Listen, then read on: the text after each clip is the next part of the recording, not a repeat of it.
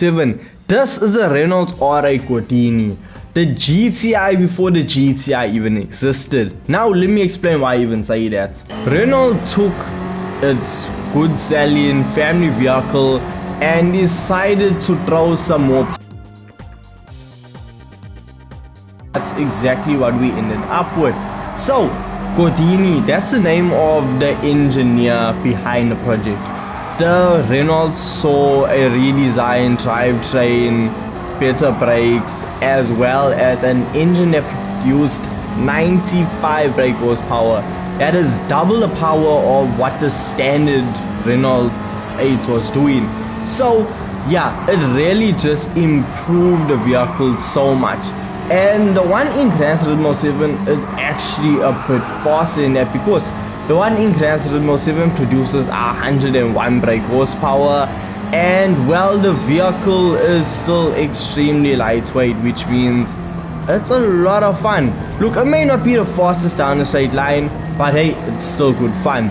Now the one I'm driving right here is not standard. No. Now the one I'm driving is far from standard. No, this is actually my fully upgraded R8 Gordini, and this vehicle produces 284 brake horsepower and comes in at a weight of 850 kgs if I'm not mistaken, something really lightweight. So this vehicle produces a decent amount of power. It's not heavy at all, and when it comes to just handling and everything about it, it's so much fun. The vehicle is genuinely such an enjoyable experience, and that has to do with the fact that this is actually a race car in Gran Turismo 7. So when it comes to the parts that you're able to put into it in a tuning shop, you are quite limited because most of the parts are actually not applicable. But with it being a race car, that kind of makes sense as to why we are coming up against the cars we're coming up against. We have classic F1 vehicles, Vision GT cars. Gran Turismo really doesn't know what to put this car up against, so we really have the mix of everything. And look at that. That's how fast this Renault is. It just overtook that Honda, and I mean, that's a proper race car. So this vehicle, I mean, around Kyoto Driving Park, first lap time was a 1 minute 51 second lap, which honestly is not bad for a car with these kind of stats. That's quite a good time. But honestly, yes, you may not be going the fastest, but when I tell you, this is just such an enjoyable vehicle to drive. It's such a fun, carefree, stress-free experience that you can just take around corners, have fun, and just enjoy it. I know off-roading, I had such a blast with this vehicle because with it being so lightweight, you can really just chuck it. You just chuck it through corners and you will make it out the other end.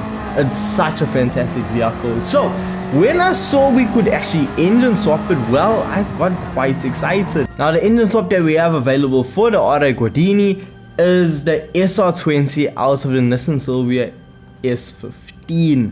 Now this engine, if we look at the stats, we see we actually lose power and we do gain weight, but you gotta look at the bigger picture. When we actually spend our 134,000 credits on purchasing this engine swap, now see that we have so many parts that we can throw onto this engine. So let's just fully upgrade it and see how much power we are actually left with.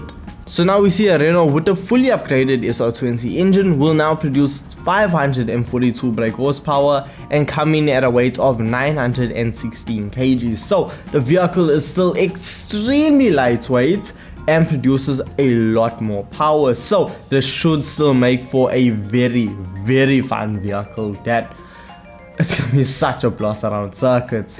Now when it comes to the visual upgrades that we have for this vehicle, with it being a race car, it's quite limited. Like we see, for example, we have no wide body available for this vehicle. When it comes to the custom parts that we have available for this car, we see that we only have a rear wing. Now the rear wing I have on the car, I'm not actually a fan of it, so I'm just gonna drop it down to the medium size rear wing and then slap that on. So this is really all the customization we have for it. We see no front grille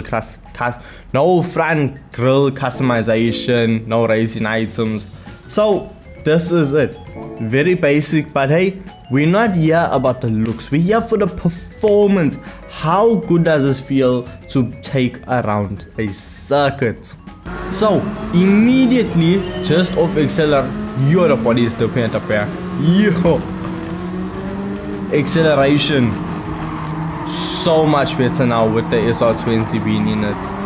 The car is currently rising up, it's lighting up its rear wheels.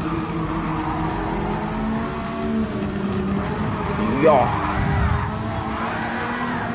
Yay, yay.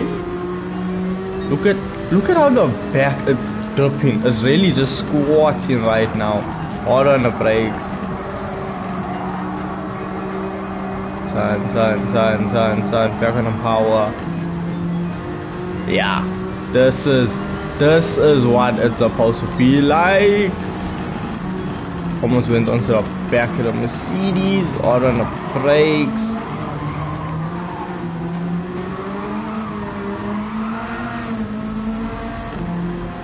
The power delivery is so good. This is just the right amount of power. The car doesn't feel like it has too much power that's uncontrollable. It has just enough power that it's gonna light up the rear wheels, that it's gonna throw the back out just a little bit to have some sort of excitement. Order brakes, accelerate, and here we go. Look at this. Such a beautiful experience. Hard on the brakes once again.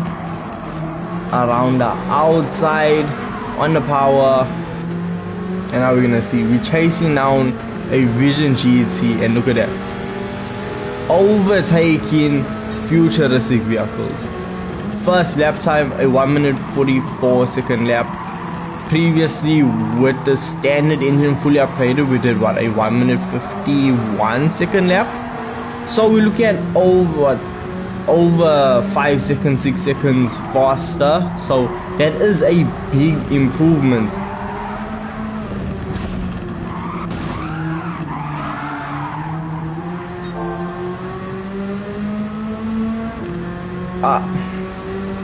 Be careful when you are tuning the vehicle. Don't make the suspension too stiff, because if you hit a curb, then as you saw, you might find yourself on two wheels.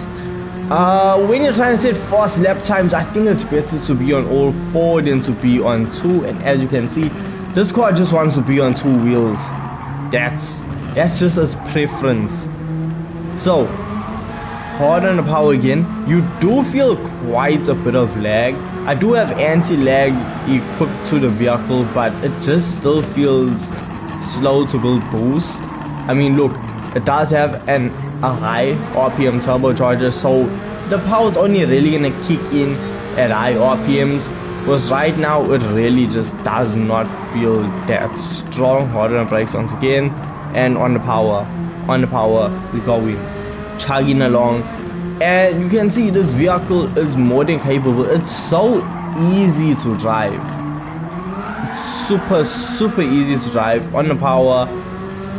The biggest issue the car had was its power delivery.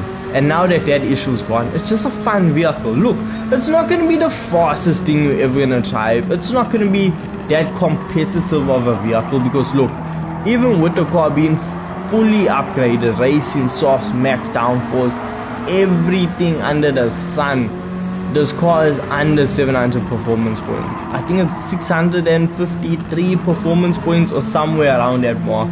So even according to a game, it shouldn't be that fast. It shouldn't be extremely competitive. Just, it's okay. It's a decent swap. Am I gonna be using this engine swap again? Probably not, because I don't see a use for this engine swap. I'm not really seeing its replayability. I'm not seeing me using this or adding it to my daily rotation. Look, it's fun, it's quirky, you know, it adds a bit of spice to a Renault Gordini, but that's about it. It's not really wowing me, it's not taking me away, it's not knocking my socks off. It's alright, you know.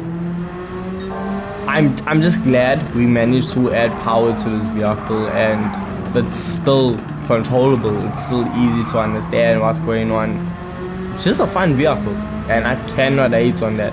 Sometimes you don't always need the fastest vehicle in the world to have fun. It shows that, hey, look, even a little bit underpowered vehicles are still fun, they are still good, and this is a prime example of that. So, fastest lap time of a 1 minute 41 second lap around Kyoto Driving Park. It's fun, it's decently quick, and once again, I cannot fault it for that. I want to hear your thoughts and opinions of this engine swap in the comment section down below. And with this being said, I'll catch you guys in the next video. Peace!